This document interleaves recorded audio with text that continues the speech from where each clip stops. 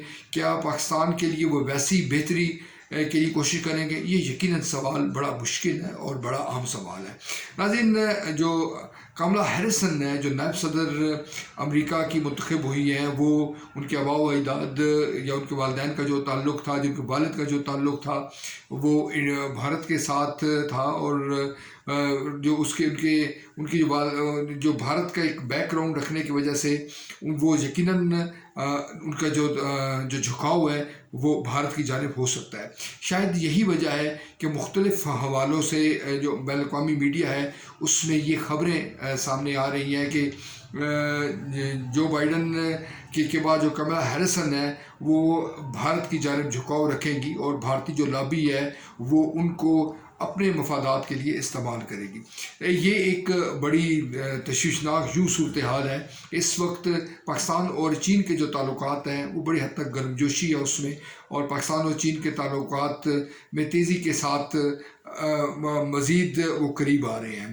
چین اور امریکہ کے جو تعلقات ہیں اس میں شدید ترین کشیدگی پائی جاتی ہے۔ یہ جو بائیڈن جو امریکی صدر کا ایک امتحان ہوگا کہ وہ کس طرح سے ان مسائل کو ٹیکل کرتے ہیں، ان مسائل کو سے نبردآزما ہوتے ہیں جو امریکہ اور چین کے درمیان کشیدگی پیدا کر رہے ہیں۔ لیکن اس لیول پر جس پر جو بائیڈن امریکی صدر منتخب ہوئے ہیں، یہ توقع رکھنی بے جا ہوگی کہ کوئی ڈرامائی تبدیلی آئے گی، یعنی کہ ملکوں کے جو تعلقات ہیں، بالخصوص جو ملکوں کی خارجہ پالیسی ہے، وہ بڑی بحث و مباحثے کے بعد بنائی جاتی ہے اور اس میں تسلسل رکھا جاتا ہے۔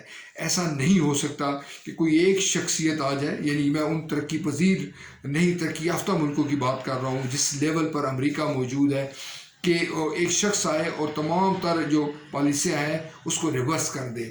ایسا نہیں ہوگا اور نہ ہی ہو سکتا ہے۔ جو بائیڈن امریکہ کے مفادات کو دیکھیں گے اور پاکستان کے حوالے سے بھی وہ وہی پالیسی اختیار کریں گے جو امریکہ کے مفادات کے عین مطابق ہے۔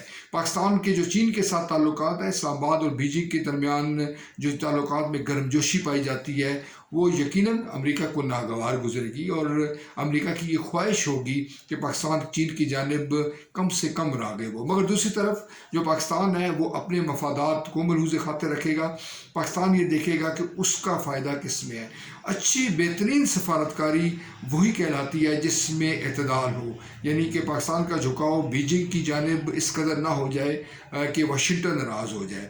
واشنگٹن اور بیجنگ کے درمیان کے ساتھ تعلقات میں جو توازن ہے وہ برقرار رکھنا ہی پاکستان کی جو خارجہ پالیسی ہے، اس کی مہارت ہے، اس کی ایکسپرٹی ہے، اور یہی پاکستان کے مفادات کے عین مطابق ہے۔ پاکستان ایک مشکل صورتحال سے یوں دوچار ہے کہ پاکستان نہیں چاہتا کہ امریکہ کے ساتھ تعلقات میں بگاڑ پیدا ہو۔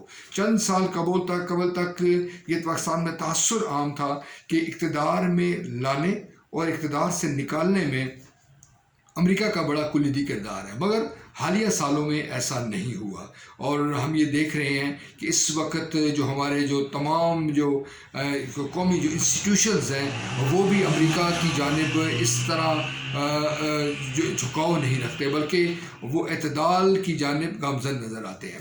یہ ایک جو صورتحال ہے، یہ اس میں پاکستان اپنے مفادات کا تحفظ کرے گا، امریکہ لامحالہ طور پر اپنے مفادات کا تحفظ کرے گا۔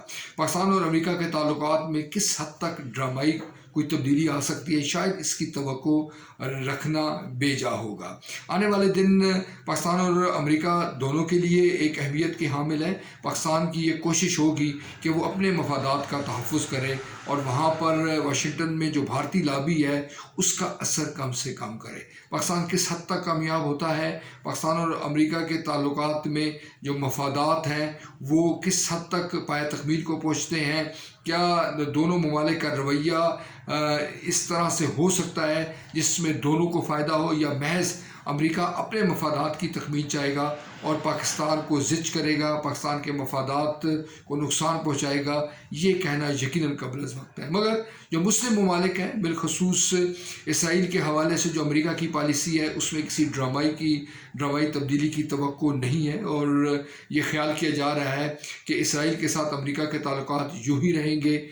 مسلم ممالک میں اسرائیل کی حمایت کے لیے امریکن لابی متحرک رہے گی، اور یہ مسلم ممالک پر انحصار ہوگا کہ وہ اس صورتحال سے نئے امریکی صدر جو بائیڈن سے اپنے مفادات کا کس طرح سے تحفظ کر سکتے ہیں۔